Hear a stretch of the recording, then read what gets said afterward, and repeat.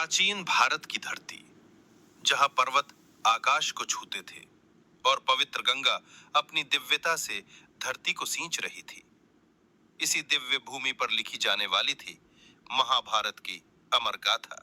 हस्तिनापुर के साम्राज्य के महाराज वीर और धर्मनिष्ठ शांतनु एक दिन शिकार करते करते वो गंगा के तट पर पहुंचे और वहीं से उनकी नियति बदल। शांतनु की दृष्टि पड़ी उस दिव्य स्त्री पर जिसकी सुंदरता अपूर्व थी और तेज अलौकिक। राजन, मैं गंगा हूँ और यदि आप चाहें तो आपका जीवन मेरा हो सकता है।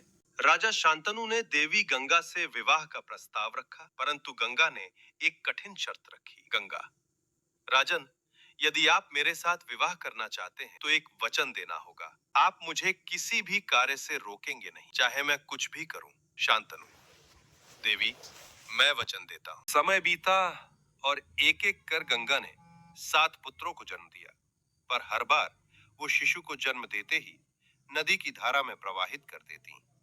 शांतनु मौन पीड़ा सहते रहे, लेकिन अपने वचन से बंधे थे।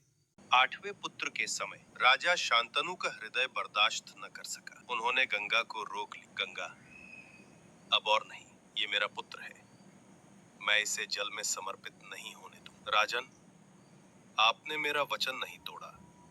ये पुत्र जीवित रहेगा और इसका नाम होगा देवव्रत। यही आगे चलकर भीष्म पितामह कहलाएगा और महाभारत के इतिहास को दिशा देगा। इतना कहकर देवी गंगा अपने पुत्र को लेकर नदी की धारा में विलीन हो गई। शांतनु अकेले रह गए, किंतु उनके हृदय में रह गया इतिहास का सबसे महान योद्धा भीष्म पितामह। अगर आप भी हिंदू धर्म की पौराणिक कहानियों में विश्वास रखते हैं तो सब्सक्राइब जरूर करें। हिंदू है हम।